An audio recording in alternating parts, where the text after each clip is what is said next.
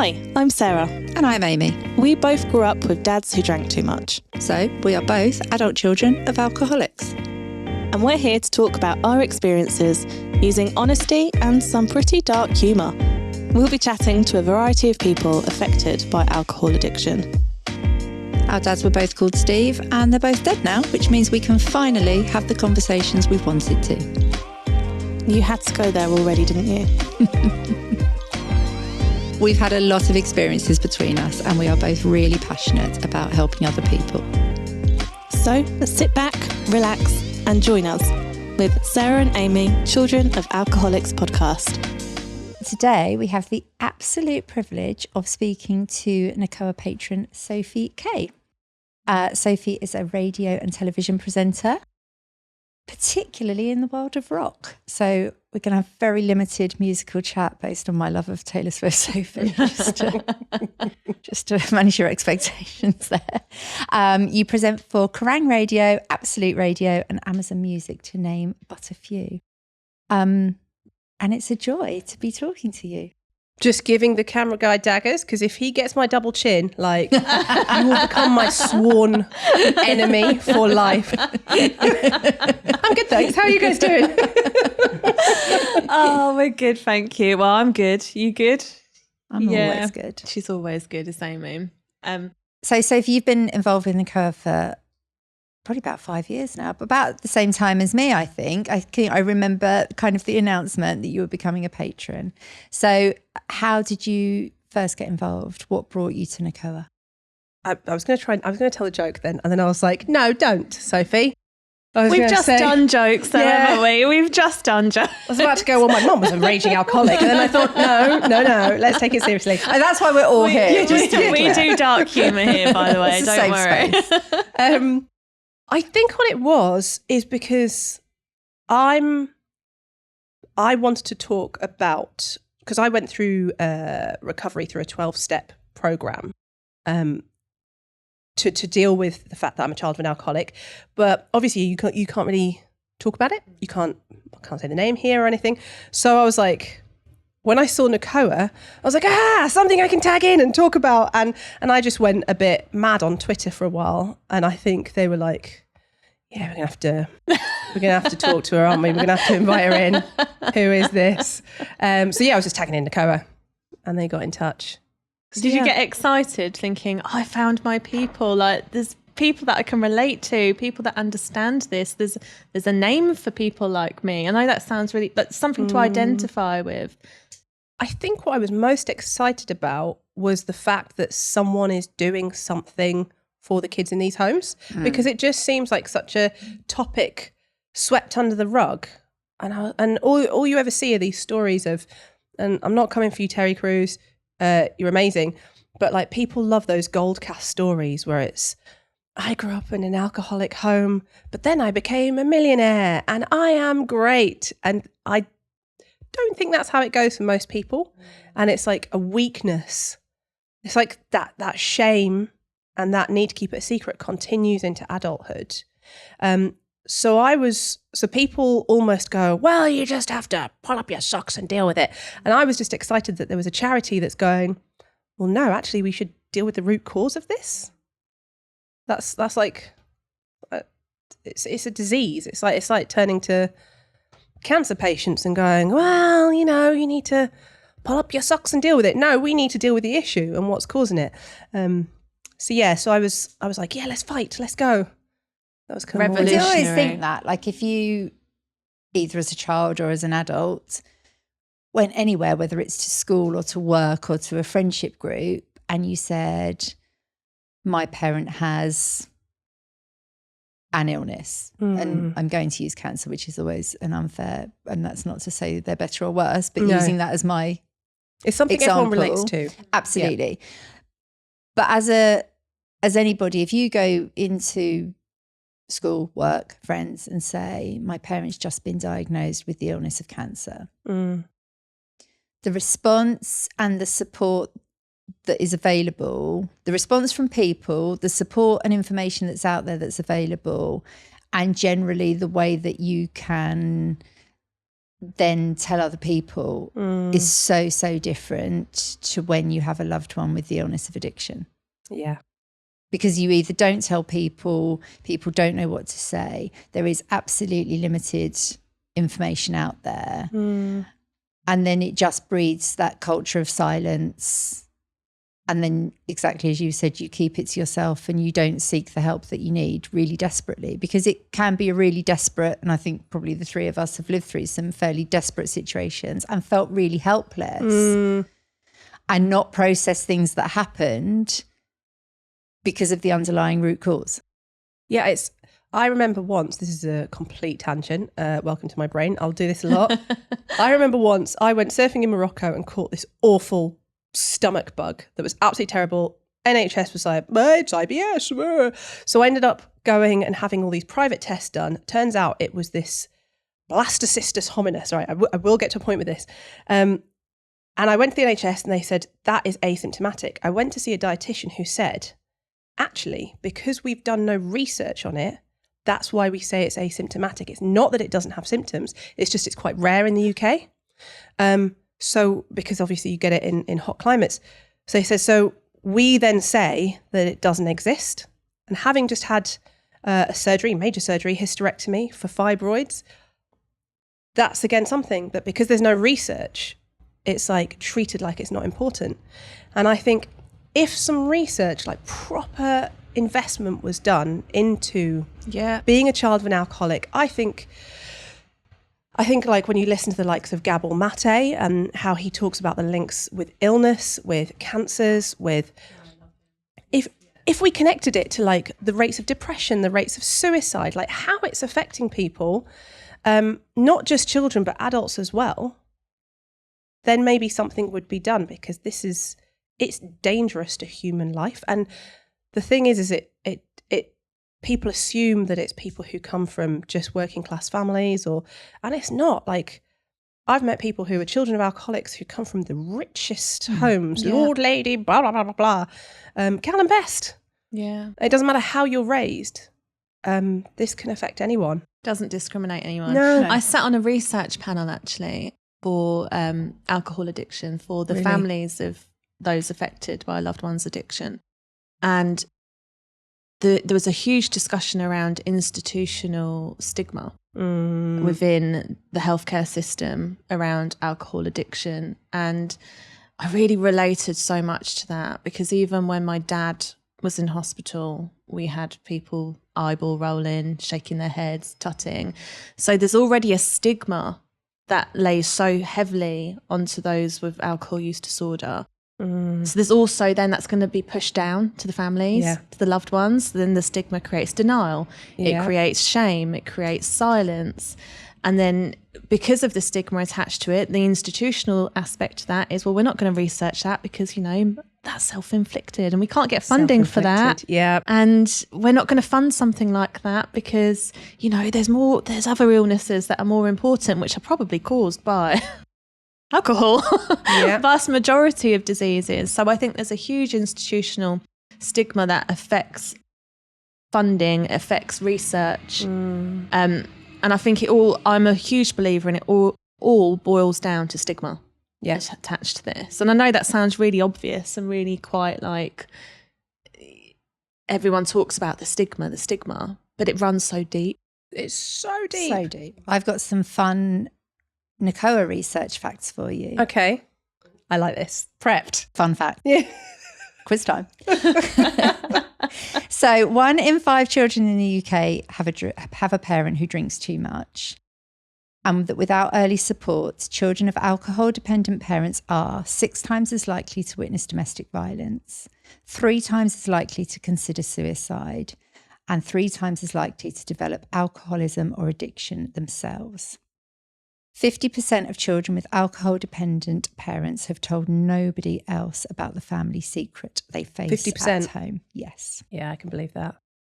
So there are some stats from Nacoa that they've done the research on. And they're people we just know of. Well, yes, but experiencing any one of those things and not being able to access help, support or advice will affect your future, whether it's your mental health, your physical health, trauma that you then go on to experience. And it's a domino effect because it affects us. So you've got the primary person there who's addicted to alcohol, then it affects the children, then it affects the children's partners, the children's children. They're like, it's almost like this generational, like all this like nuclear kind of eruption that just ripples through like a huge network of people. They did a test, didn't there? There was a study. I always misquote things, by the way, but I'm always kind of down the right vein. I know what you know what you want to say, but you just can't remember it properly. Just not intelligent enough. But there was a study done, and I think it was to do with the effects of the Second World War and generational trauma, and they did it with mice and how it can affect your DNA. Yeah. And it's like, all right, so the amount of people I hear go, my parent used to drink. I will never do that to my children. Right? You hear that all the time. I don't drink. I will never pass that on to my children. But the fact is, are you extra worried and scared about things going wrong? Because you grew up seeing things go wrong. You're then passing that on to your children. Are you overly codependent with your children? Are you passing on like some kind of emotional incest without even realizing it, thinking you're being a great parent? But unless you are securely and stable with your attachment style, you're just going to pass that on to your kids. And I think we need to get in early, because I remember I saw something that said all it takes is one person to show a child stability, one person, and that doesn't even have to be their parents. And so like, what are we doing as adults who say we care about children? What are we doing? Like, all it would take is somebody in school, somebody in a club, like anybody. And yet, when I say we, I don't mean Nacoa, I mean we as society aren't taking this seriously enough. But that's why the helpline has callers who phone every day after school for as long as they need to. And that could be 6 weeks, it could be 6 years. Yeah. Because actually that sometimes, and kind of phoning the Nacoa helpline doesn't always look like somebody crying about everything that's going wrong and asking for help. Actually, a lot of the time, it is somebody wanting that voice at the end of the phone, and they can say they've had a really great day and they've done really well at school. Yeah, to say well done. Because actually, if you don't have that in your home life or anybody to provide that for you, that sometimes is the most immediate need.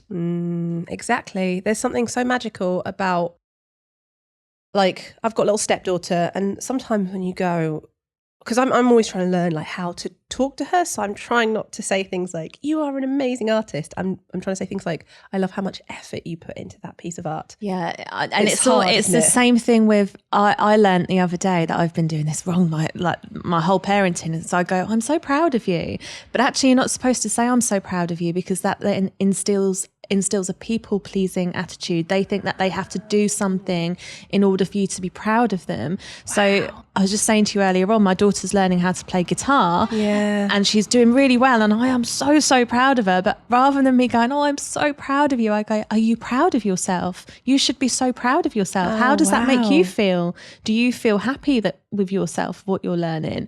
Because as soon as somebody said that to me, I thought it makes so much sense, because when my dad used to say to me, oh, I'm proud of you, I would think, oh, if you're proud of me, then if I do that and I do that well, then I'm going to get your attention, and you're going to stop drinking because you're going to be really proud of me. And and it just sets off that insecurity. So our words are so powerful. So powerful.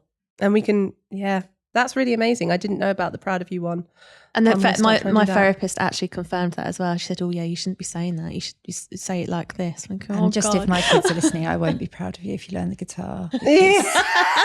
Don't learn the drums. I don't want you to do that. I put silence pads on the drums. Sophie, we've met a few times, and I'm always impressed. Like, I feel like the few times I've met you, and we've always had such lovely chats, I always get the sense like you have really, really done the work. Oh, thanks. Yeah, I did the work. It sucks. Yeah. It sucks so hard. Like, when, oh man, it's like, when you go to the tip And at the bottom of those bins is just like Juice. the dirt. I had to dig out that. But I had to, because otherwise I was going to die. And that sounds like dramatic, but I was going to kill myself. Like, there was no two ways about it. I was depressed. I thought I didn't fit in the world. I didn't belong. Like, that used to be my motto as a kid. And sometimes it really hits me when I think of like a little kid sitting in their room going, I don't belong here. I don't belong here. I don't belong here. And that used to be my motto. I said time and time again. And that was the place I went to. And I was talking to someone about this the other day. The most dramatic thing I've been able to do by doing the work was changing the voice inside my head. Because I used to always say, oh, for fuck's sake, Sophie, when I was messing something up. And someone pointed out to me, is that your mum's voice? And I was like, shit, that's exactly what she used to say to me when I messed up. And I realized I had this constant, and when you try to explain to people, oh, you have all these voices and all these inner children, people, at first I was like, what is this absolute bullshit? I was Mumbo the same. jumbo. I was the same. Yeah. This is nonsense. Go light a think crystal it's like or a something. load of woo woo. Yeah. Nicole, like crystals and meditation and all. Well, not that I love meditation. Not gonna, but yeah, no, I hear you. But did you used to? I used to like the idea of it, but I used to never actually did it. I loved the idea of it, and I did meditate, but now I haven't. Now I'm a little bit more accepting that I've got some real horrible shit that I've got to deal with, and I've just got to sit and feel it. And I'm on that journey right now. You've got to drink the bin juice. I literally am currently drinking the bin juice right now. I thought I was healed. I thought I was, no, it keeps coming. It literally does. yeah. I thought, I've done so much work since my dad died. I've had so much therapy. And then something's happened recently and I'm like, boom, nuclear. And it's like, no, okay, I've got to do it all again. But I feel more equipped. That's good. I feel more equipped for it. I feel more like, okay, I know what mistakes you made last time. Now we're going to do it this way, and we're actually going to listen to the therapist. We're going to take them seriously, and it's not a load of woo-woo. It actually works. Yeah, it does. And it's like, it's weird because if you'd asked me, how old am I on my CV? 28? No, if you'd asked me like... You're a bit older than me. Yeah, a couple of years older than me. Just like 26, 28. If you'd asked me like 10 years ago, I'm trying to think how long ago I started doing the work. If you'd asked me 10 years ago, the lovely sounds of London. I know. Gotta love that. I know.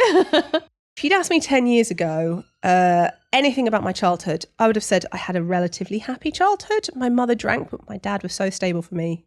I was fine. But I couldn't make a relationship work. And so I just thought I was unlovable. Simple. And apparently not being able to make a relationship work is when most people start doing the work because they can't hold it down. And I thought the biggest problem would be my mum, who was the alcoholic. Turns out, and I, if he sees this, I love you, Dad. You are wonderful. But it turns out I had to do a lot of work around my dad because I hadn't realised. Because now as an adult, you can see, okay, he was in this difficult situation, an abusive situation. He was like mentally tortured. So, but then there's like a pain that I had to deal with of him being my best friend and the perfect one and having to realize that he made mistakes too. And it's not his fault because he is human, but I did have to grieve that. And that isn't his fault. I hope I didn't put this on him. Luckily, he's not on social media, so he won't see any of this. But I had to own that journey for myself and that grief and grieve through that. It goes so deep, like the understanding of... It really So where does. did you start the work? So What has that looked like? I walked into a fellowship. That's where I started like getting help. But first of all, it was telling my story. And it was like admitting to myself how bad it was because I used to gloss over things. Like I didn't realize how bad. So it was like admitting how bad it was, And then I had to go through a phase of admitting how it was affecting me today, how I was acting. Because I used to walk around acting like a victim. I did.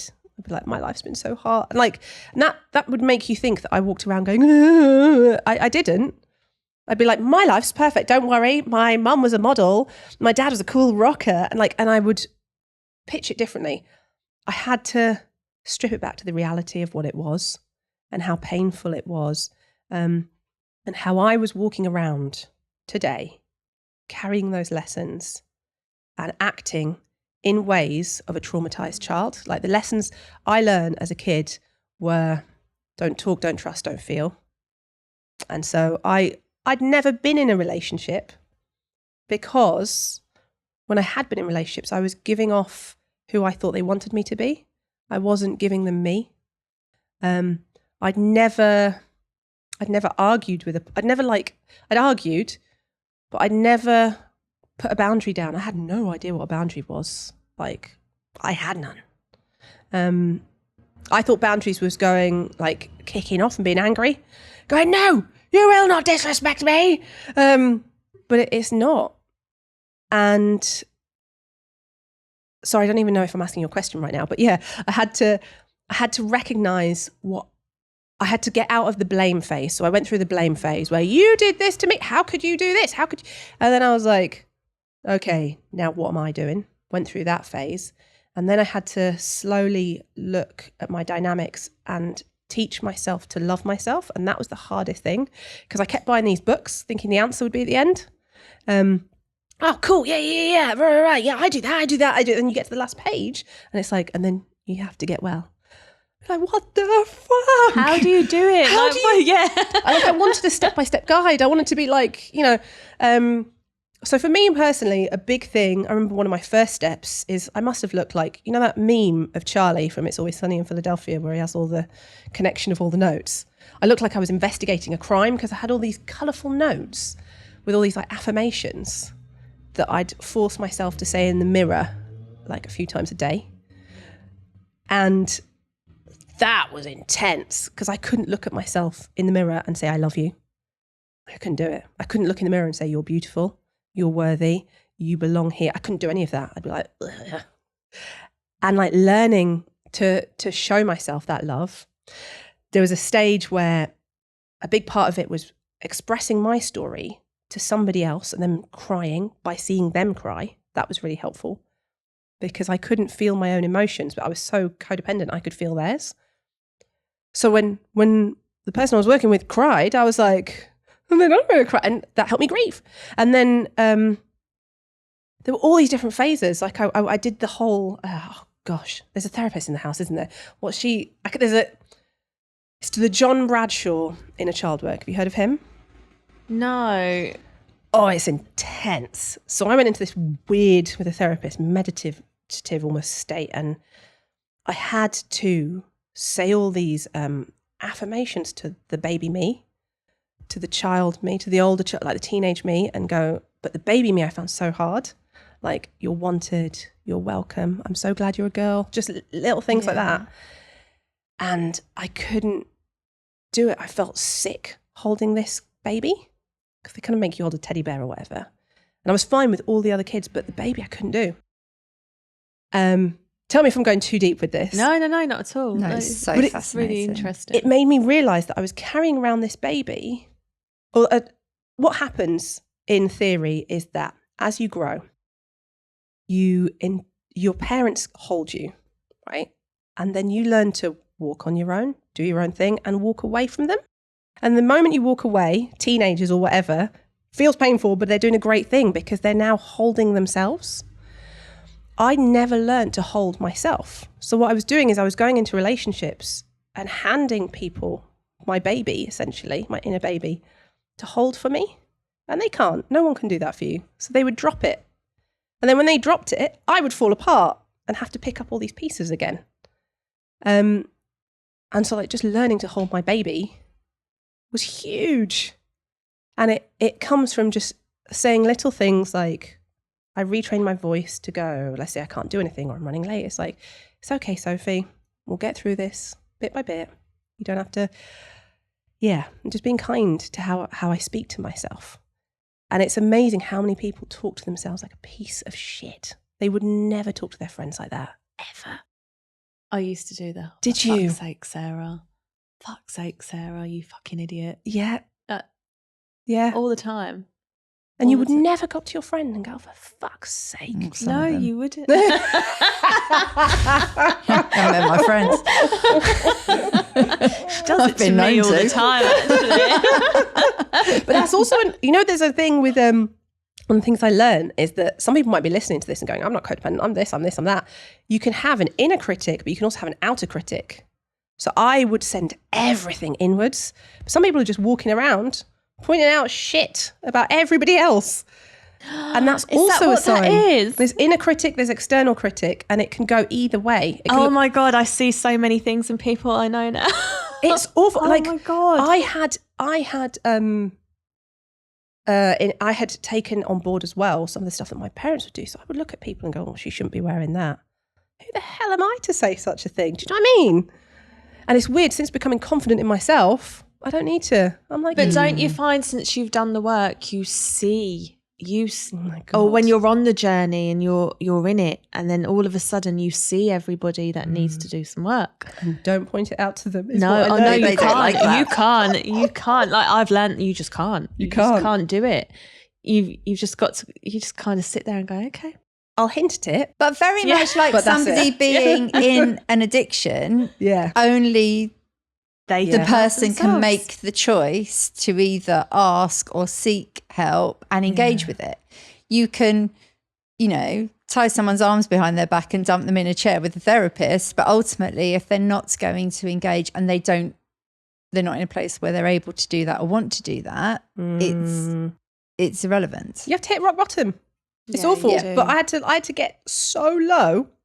As I used to walk around, the kind of things that used to go through my head were, and I know quite a lot of a lot of children of alcoholics that say things like this, is like, I don't need anybody. I've never needed anybody. I can do this on my own. I am stronger. You don't understand the things I've been through. I can get through this. I'm not like other people. Blah, blah, blah, blah. Wear blah. it like a badge of honor. Yeah, and it's like you go from these highs to these lows and you just live life on this Yeah. roller coaster of, I'm better than you all.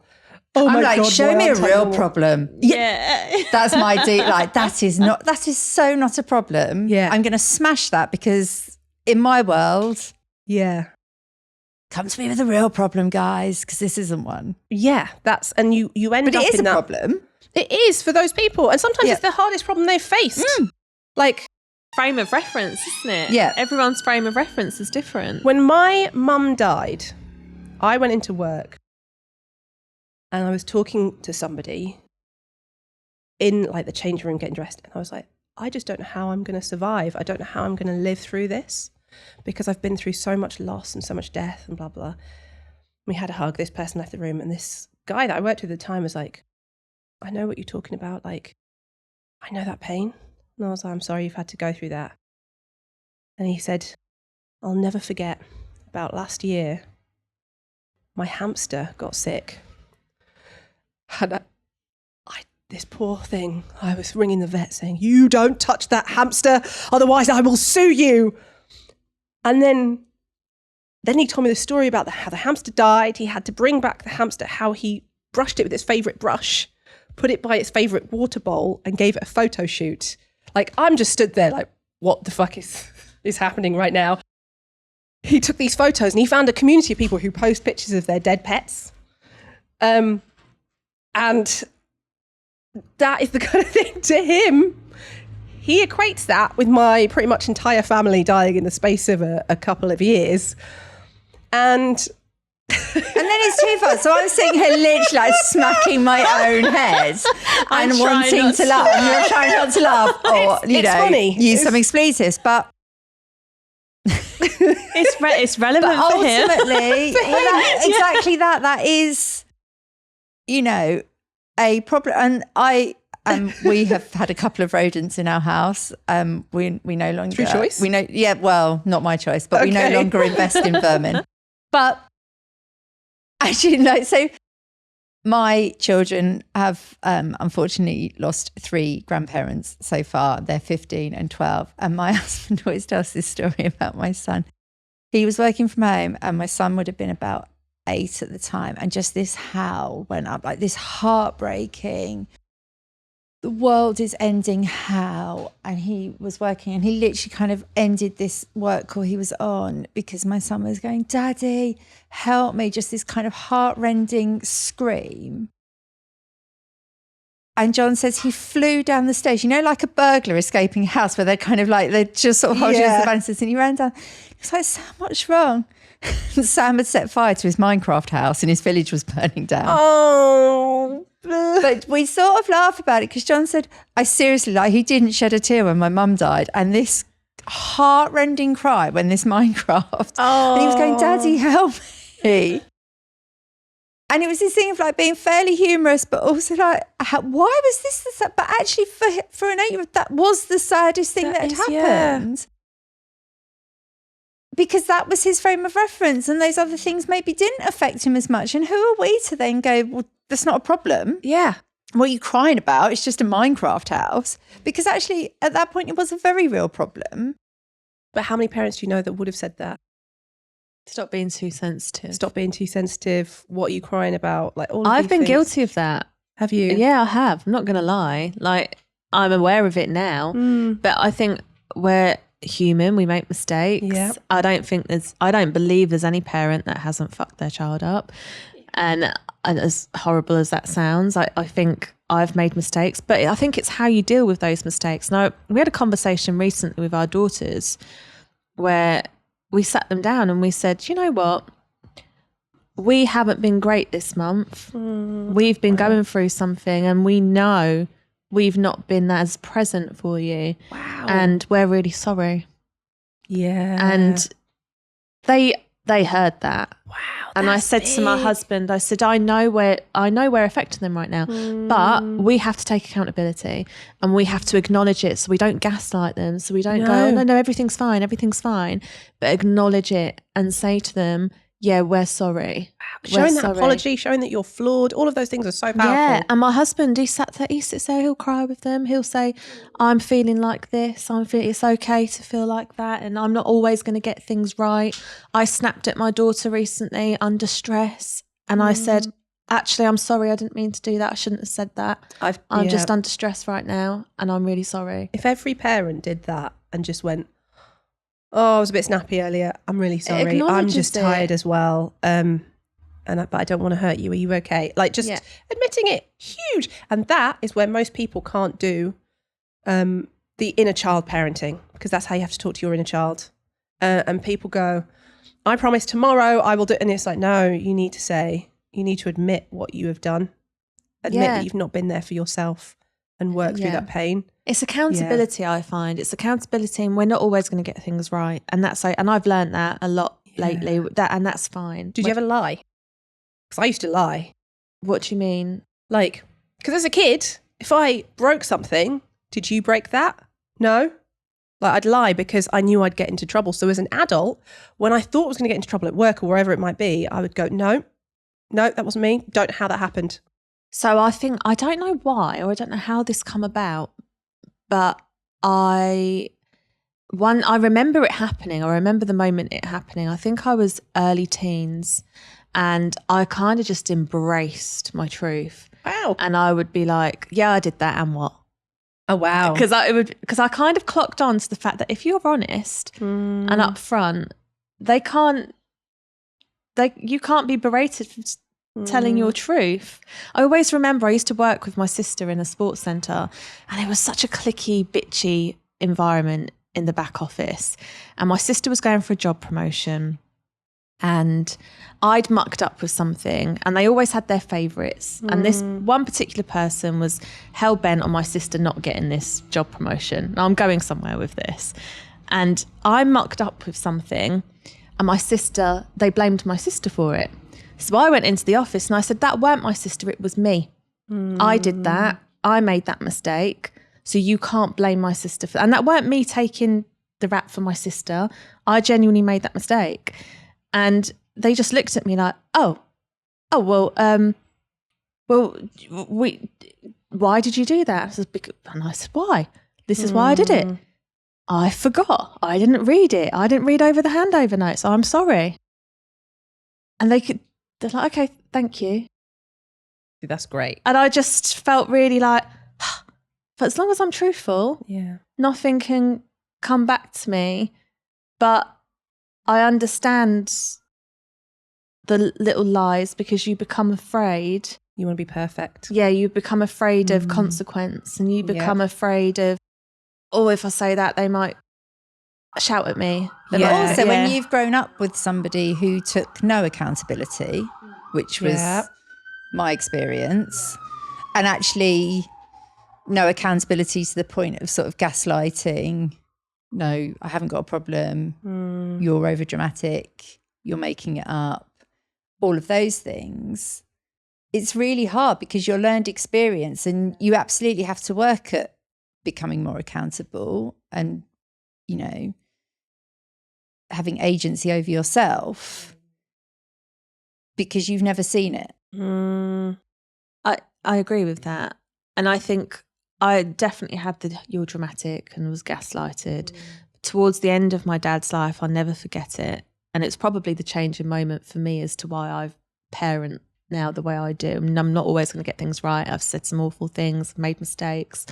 But my dad, literally a few weeks before he died, apologised to me. I'm convinced he knew what was happening. And he said, I know I'm part of the reason that you have anxiety. I know what I've done. I know my drinking has caused that. I'm sorry. I should have cuddled you more. I should have done this. I should have done that. I made mistakes. I'm sorry.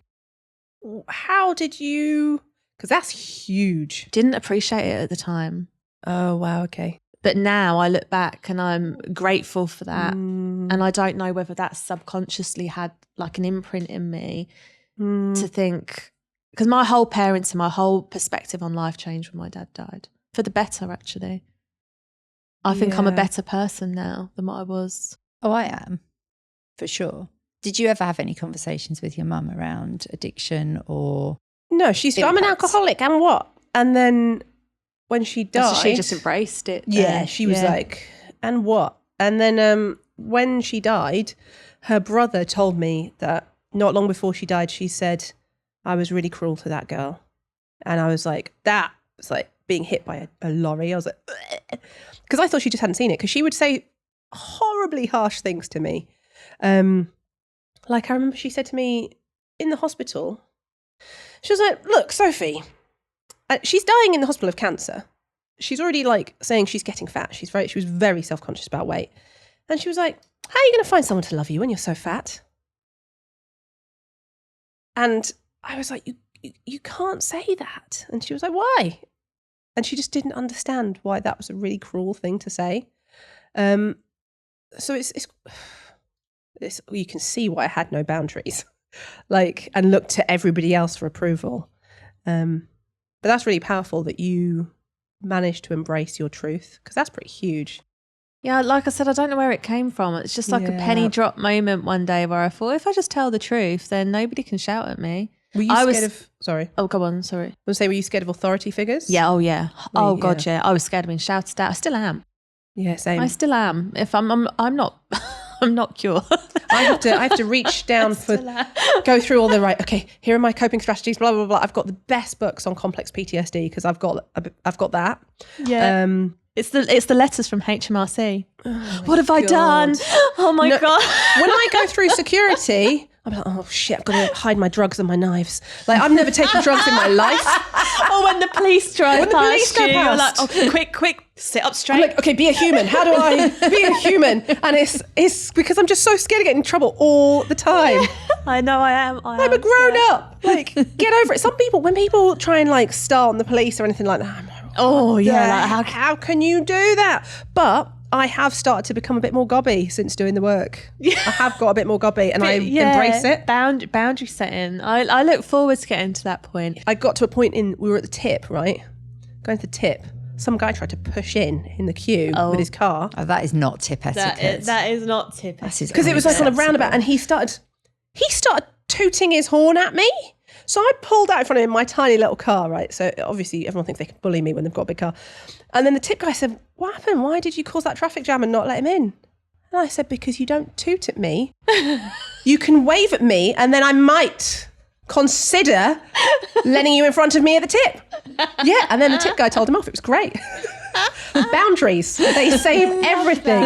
I love that. I'm like, I love you that won't you've got fuck to me that over point. anymore. Yeah. I'll be kind, but if you're not going to meet me at my kindness, get fucked.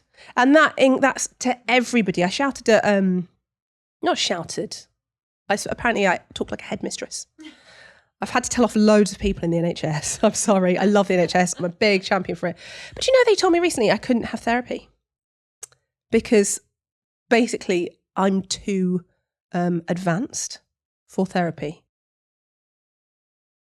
As in, because you've done work, you've got a depth of knowledge around it. I was like, I have childhood trauma. I can't do 10 sessions of CBT. Like, however healed I am, I do need help in those moments still to this day, which I've been getting from bibliotherapy, from reading books, but I still need help with those complex PTSD moments, because if I get triggered, my brain, and it's really hard to get out, it's really hard to recognize it, let alone get out of it, I will go, don't belong here, deserve to die, blah, blah, blah, blah, blah, blah, blah, blah, and I just go down. So that spiral is quite quick for you. Quick. And if I don't recognize that I'm starting in that spiral, it is dangerous. Like lockdown was a bad time for me. Do you have triggers that will start those spirals? It's normally abandonment issues. Any abandonment issues, I'm done. Or if I feel like I've fucked up at work, I can go under. And then I'm like, this is it, right? I'm going to have to quit. I'm going to move country. This is normally my thing, right? I'm going to quit. I'm going to move to a different country because this has all gone wrong, blah, blah, blah. I'm like, baby in bathwater. I'm throwing out the whole house. Like, I'm throwing out everything. I'm done. And it's very dramatic. It's very dramatic. Did you get called dramatic growing up? Because Amy and I have this conversation all the time. We were always called dramatic. So we just call ourselves the drama queens. Yeah, over dramatic, highly strung. See, I'm diagnosed ADHD. No, me too. Are you? Yeah. And I've got the autism as well. So I'm really collecting the letters at this point. It's getting a bit ridiculous. But I found that I would change my personality to match whoever I was with. Yeah. So I wouldn't be called dramatic as much because I would be whatever anybody I was speaking to needed me to be in that moment. But I don't think my friends at school would have called me over dramatic, but that was definitely the family narrative. Oh, the family The family narrative was that I was Yes. over dramatic and highly strung. Yeah. For calling them And an from my alcoholic. perspective, I wasn't. I was just trying to tell people that my dad was going to die because he was drinking too much, and that I was the only one who appeared to be able or wanted to look after him. Did you ever get the, I told you this would happen, told you so, like a little bit of a smug, Oh, like, that's my favourite words. I told you he would die if he didn't stop drinking. It's- Not that that's something to No. be smug about, is it? I love and I told you so. It's really bad. It's really bad. Trying to work on that. That is what I'm trying to work on right there now. was an element of that, but even with myself, like when he did die, and it was because of his addiction to alcohol, there was a part of me that was like, yeah, no, actually I was right, because I still doubted whether I was right or not, Yeah. up until the end. Oh, God, yeah. Even in intensive care, he's on dialysis, on a ventilator. Oh, he's not that bad. Can't laugh thinking Wow. about it. But, oh, he's not that It might bad. still- it might He still get pull better. through. They're giving him a Yeah. 10% chance of survival, but it's not that bad. Yeah, I think Denial's strong. one of the hardest things in my family, one of the few times I did speak about it, was more like, well, what about me? I've had to deal with this. What about? And so I genuinely, any family feelings I never expressed. None of my friends at work knew my mum was sick. I was going to work all day. I was going straight to the hospital afterwards to care for her, with pretty much alone. There were a couple of other distant family members there. But I was looking after pretty much alone every single day. I would go into work. I remember I would break down crying in the toilets. I remember someone going, who was crying in the toilets? I was like, I don't know, I didn't hear it. Was there someone crying? Like, I just denied it. I went to my mother's funeral. I got an opportunity to interview a band I really liked. It was the first time I'd had an interview with this record label. I took a tripod, a camera bag, and a leather jacket in my bag. I was like, well, I'm wearing all black already, so this is easy. I didn't talk to anyone after my mum's funeral because I had to get to Brixton Academy to go and interview a band straight from my mum's funeral. Like, I wasn't really connected to anything. You just find a strength though, don't you? I think sometimes. Is it a strength or though? is Or is it dissociation? just, That, It's dissociation. It's just like you become a shell. Yeah. As in, it appears like a strength at the time. And people go, oh, you're but so it's strong. clearly, You're so strong. objectively, a very, very unhealthy. Is that what it is? If you keep putting And I thought I was being strong. this is how I Well, found put out it the this hard way: way. if you had a friend who was going to their parents' funeral and then went, well, I can't hang. Look, it's been great, but I can't hang around can't to stay. because I'm off to the Brixton Academy. Would you A, think that was a brilliant idea, or B, go, they're not okay? So I decorated my dad's coffin. I put pictures all around it. I went to see him. I brought him his suit. I helped organise. Well, I actually organised the funeral. I read his eulogy, wrote and read his eulogy, and stood up in front of everyone. Got a round of applause. Oh, And my sister, I'm here for the validation. Validation. Feed Come on, me, round Seymour. of applause. And I thought, I'm so strong. And everyone would go, you're so strong, Sarah, and clap like you're so strong. And my sisters would be going, sobbing like, I don't know how you can do that. How can you go and see him in the chapel of rest? How can you decorate his coffin and move it around and throw photos on him? And I would be like, because I'm strong.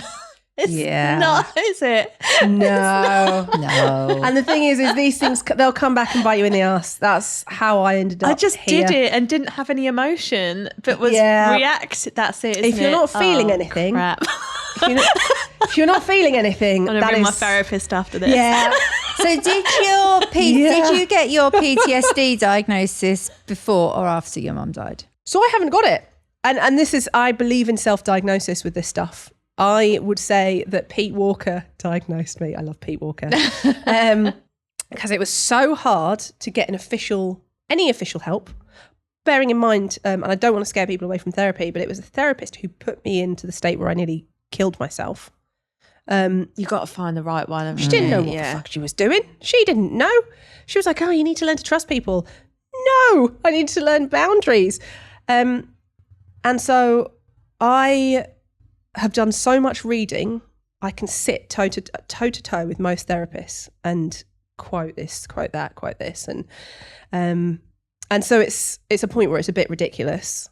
And I probably sound like an armchair therapist, but I have the symptoms to a T.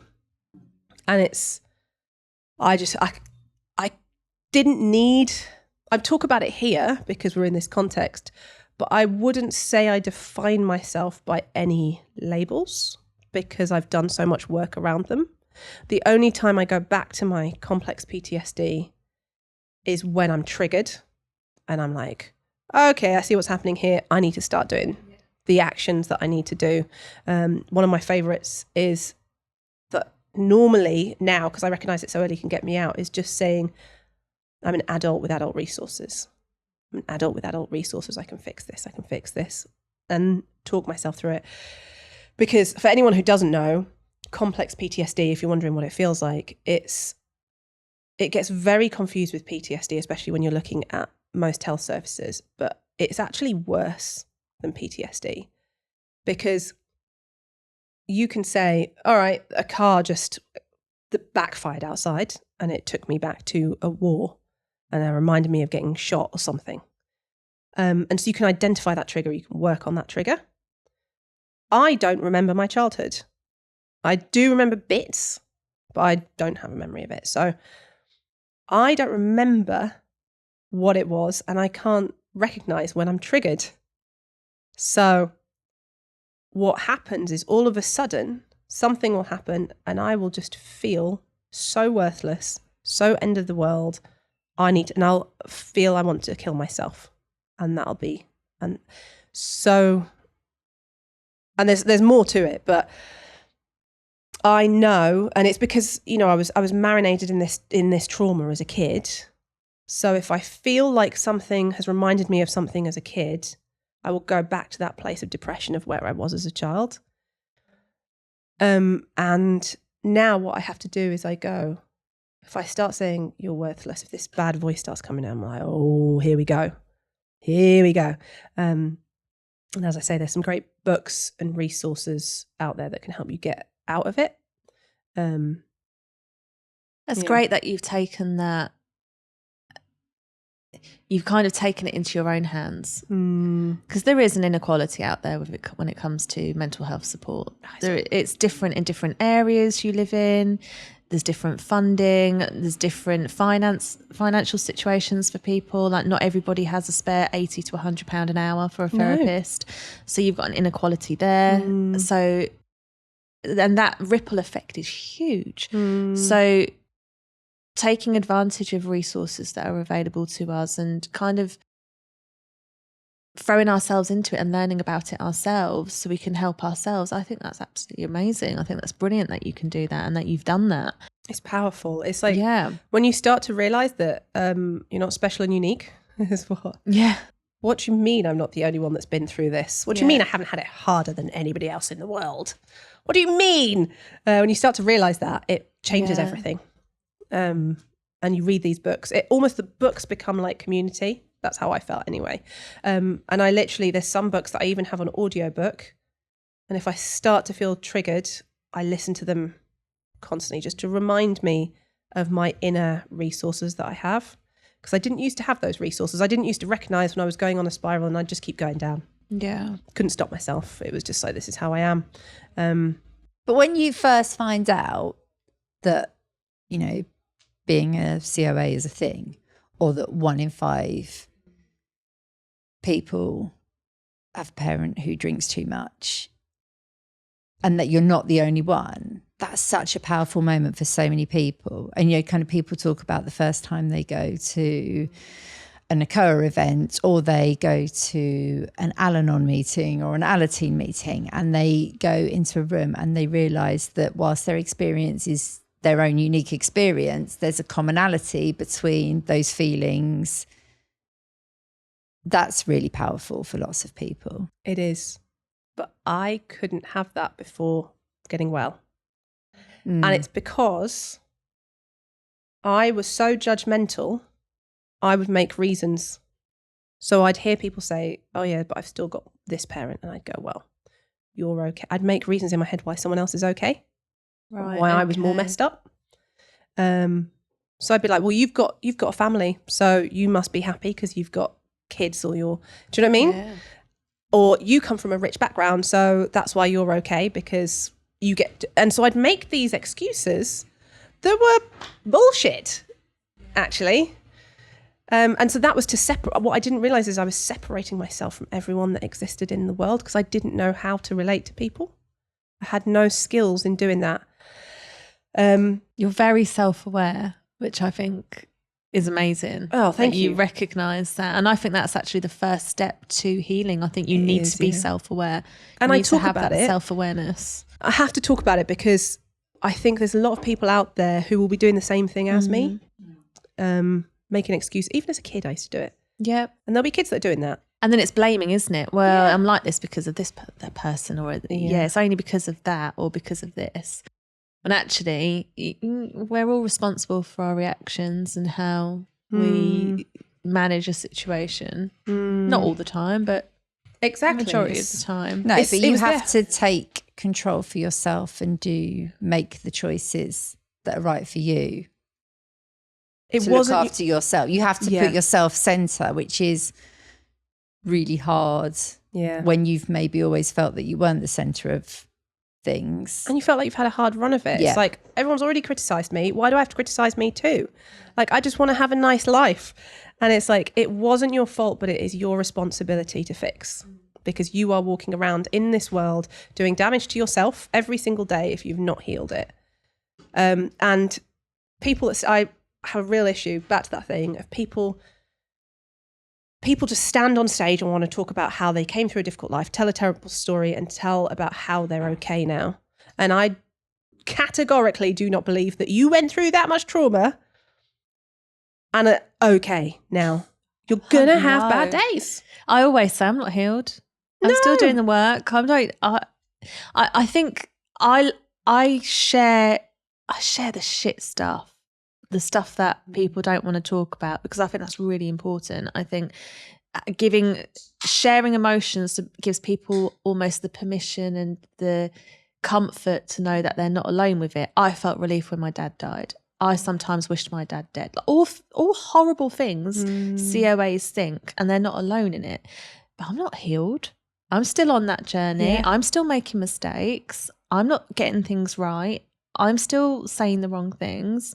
And I think that's going to be an ever evolving journey. I might hopefully I'll get to live a long, happy life, and I get to my end of my life and I'm old and I'm probably still fucking up. We're always self-developing, aren't we? Do you both have pictures of yourself as kids out on display? No. Okay, I'm not to tell you what to do, because do whatever you want, but that is one of the most powerful things that I do. I have a picture of little me to remind me that sometimes I picture today me living through that alcoholic life, but it wasn't today me. It was an innocent little child. And so I celebrate her. And I have a picture of her up next to all of, my other pictures, and I speak to her regularly. Yeah, but I grew up in the 80s and the knitwear was extreme. So have you been to East London? And she had didn't you have because I've got a dodgy bowl cut fringe. My hair is naturally curly, so I see your dodgy bowl cut and I see the cut that shrunk. I cut my own hair off at 5. I had a haircut similar to this. But if you put a picture of yourself up as if she's one of your children, and love her and be proud of her as much as if she's one of your children, and tell her all of the things that you didn't hear as a kid that you wish you'd heard, that is the most healing thing.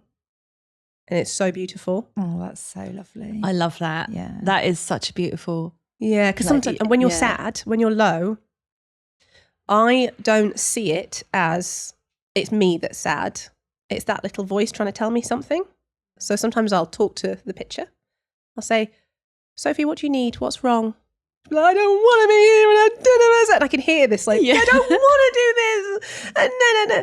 And I'll say, okay, all right then. I know you're struggling, but it's okay. What we're going to do, we'll have something nice to eat, and then let's see how we feel afterwards, okay?